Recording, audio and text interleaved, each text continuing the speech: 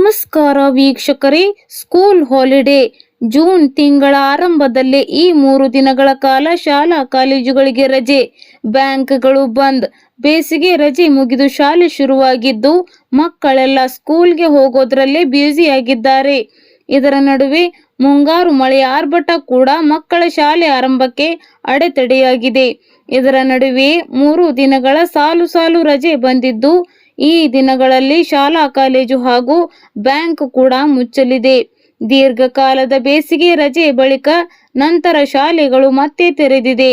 ಕಾಲೇಜುಗಳು ಸಾಮಾನ್ಯವಾಗಿ ಜೂನ್ ಆರಂಭ ಅಥವಾ ಅಂತ್ಯದಲ್ಲಿ ತೆರೆಯುತ್ತೆ. ಜೂನ್ ಮತ್ತು ಜುಲೈನಲ್ಲಿ ಸರ್ಕಾರಿ ರಜಾ ದಿನಗಳು ಇರೋದಿಲ್ಲ.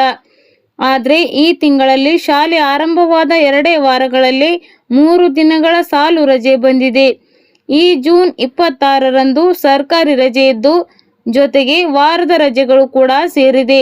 ಇದು ಸತತ 3 ದಿನಗಳ ರಜೆ ಮತ್ತು ವಾರಾಂತ್ಯದ ಕೊನೆಯಲ್ಲಿ ಸರ್ಕಾರಿ ರಜೆ ಇರಲಿದೆ. ಅಂದ್ರೆ ಶುಕ್ರವಾರವಾದ್ದರಿಂದ 3 ದಿನ ರಜೆ ಇರಲಿದ್ದು ಮಕ್ಕಳ ಜೊತೆ ಟ್ರಿಪ್ ಔಟಿಂಗ್ ಪ್ಲಾನ್ ಮಾಡಬಹುದಾಗಿದೆ. ಜೂನ್ 26ರಂದು ಮೊಹರಂ ಹಬ್ಬದ ಪ್ರಯುಕ್ತ ಸರ್ಕಾರಿ ರಜೆ ಇದೆ. ಜೂನ್ 27 4ನೇ ಶನಿವಾರವಾಗಿದ್ದು ಭಾನುವಾರ ಕೂಡ ರಜಾ ದಿನವಾಗಿದೆ. ಈ 3 ದಿನ ಬ್ಯಾಂಕ್ ಹಾಗೂ ಸರ್ಕಾರಿ ಕಚೇರಿಗಳು ಸಹ ಮುಚ್ಚಲಿದೆ.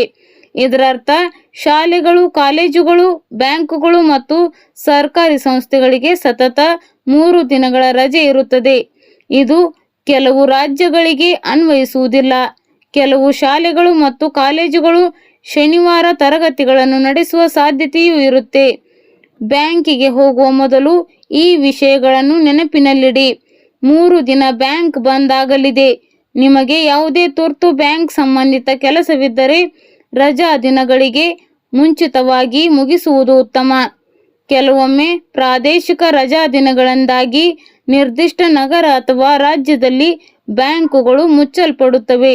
ಆದ್ದರಿಂದ ಬ್ಯಾಂಕಿಗೆ ಹೋಗುವ ಮೊದಲು ನಿಮ್ಮ ನಗರದಲ್ಲಿನ ಬ್ಯಾಂಕ್ ರಜಾ ದಿನಗಳ ಪಟ್ಟಿಯನ್ನು ಪರಿಶೀಲಿಸಲು ಮರೆಯದಿರಿ. ಧನ್ಯವಾದಗಳು.